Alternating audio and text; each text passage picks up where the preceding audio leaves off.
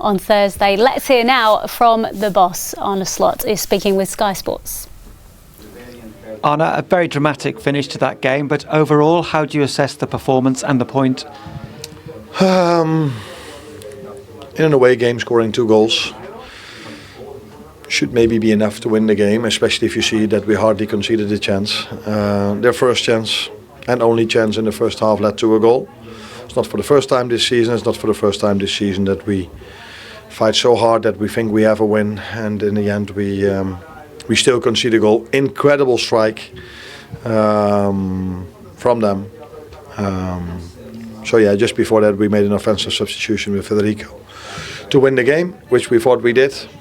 Then they got the throw in, bringing Joe Gomez in, was really good through the air, but they took it short, and an incredible strike from them led to the fact that we missed out on a good result. After that early setback, were you pleased with the application and the patience your team showed to get back into the game? No, I think the first half we had our chances, not big chances, not a lot, but we had, just before they scored, we had a similar chance with Cody Gakpo.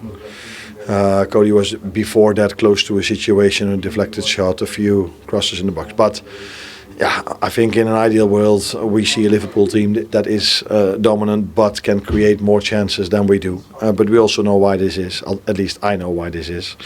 So again, hardly giving away anything. In the second half we scored 2 goals, we had 2 disallowed goals, we hit the bar. So yeah, that is ideally from the ball possession what you want to see, more goal threat, but sometimes that takes a bit of time in the game, and that's what's shown today. But again, it wasn't enough. It's hard to be critical though, isn't it? Because you have circumstances against you with these injury problems and players away. So in that sense, did the players do as much as you could have asked, or could they have done more? No, I think they are giving everything they have, the amount of players we have, and in the meantime, I have to keep in my mind that I have to keep them available, because the problem is when one is out, like Alexander Isak, I have to overload or play Hugo more, a player that is for the first time in the Premier League, for the first time not having a winter break, for the first time playing maybe even Champions League. I'm not sure if he ever played Champions League before, maybe at Paris Saint-Germain long ago. So yeah, that also means that you have to manage that, and yeah, that's why it's such a disappointment for me, but even probably more for the players, because they've worked so hard to come back into the game with the issues, problems we might have. But still, we have 11 very good players on the pitch, and we can impact the game off the bench with Jeremy Frimpong today. So yeah, there are also positives, but no one wants to hear that if you concede in the last minute. How much of a challenge was Fulham's formation to you, that back 3 again? Did that pose extra problems? I think it's not only for us. Every team. I see a lot of football because I have to analyze our opponents, and I see many teams not creating a lot of chances throughout games. But I also see teams yesterday.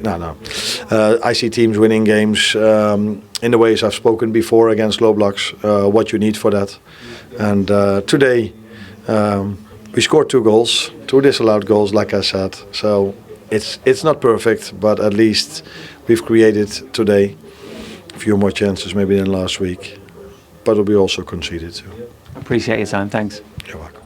Yeah, it is a big one against Arsenal on Thursday night. We'll head back to our fan panel and give them a little word on this. Si, I'll come to you first. No bones about it really. Liverpool are going to have to dig very, very deep at the Emirates to come away with something. Yeah, it's weird.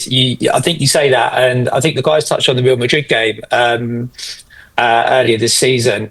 I think against the likes of Arsenal, United, teams that come and want to play us and take us on, they're not just going to sit back and try and hit us on the break. We tend to do slightly better, so I'm a little bit more optimistic in those kind of games. I think what Arsenal have got that we haven't this season is they've nailed set pieces. You look at how many goals they score from set pieces, it's ridiculous. I mean, and let's be honest, they're not a great watch, Arsenal. And I don't mean that disrespectfully, but they're not a brilliant team to watch. They score a lot of goals from set pieces. So I think it might be closer than we think against Arsenal, and I give us a bit more of a chance because I think they'll let us play. I think Wirtz will have more space. I think if Ekitike's back, he can stretch them. So yeah, I'm probably slightly more optimistic than maybe some of the others. Okay, that's good. We like that. Ryan, do you share Si's optimism there? Yeah, now that I've got better signal, I hope I do. But I'm in a very dark room now. No, I agree with Si. I think Liverpool this season have struggled when teams are sat deeper against them.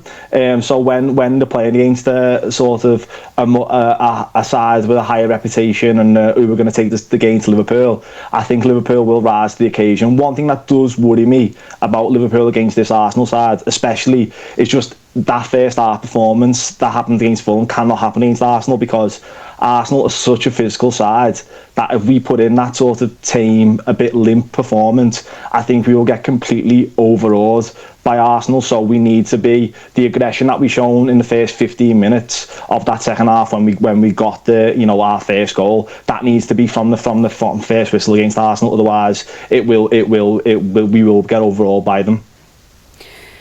Lingo, what about yourself? They are in, of course, formidable form down at the Emirates. They're unbeaten. They've won 9 Premier League games, only drawn 1, conceded just 5 goals at home in the Premier League. It's going to be a tough ask. How hopeful are you feeling? Well, I didn't need to hear all those stats. I'm sorry. I honestly feel pretty confident. I think having Hugo back, I hope we start Frimpong. I just think the whole game felt different when he was there. I'm going to be honest, it quite stings to me that we're playing a team who's really going for the title, and even as the eternal optimist, that's not really us, but I want us to play with urgency, with pride. We're going to their home. I wouldn't be upset if we got a draw or anything, but I'm feeling confident. I like hearing from Curtis because I think he's a player who feels the sting, or feels it as much as I do as a fan, and I think that the players will be up for it.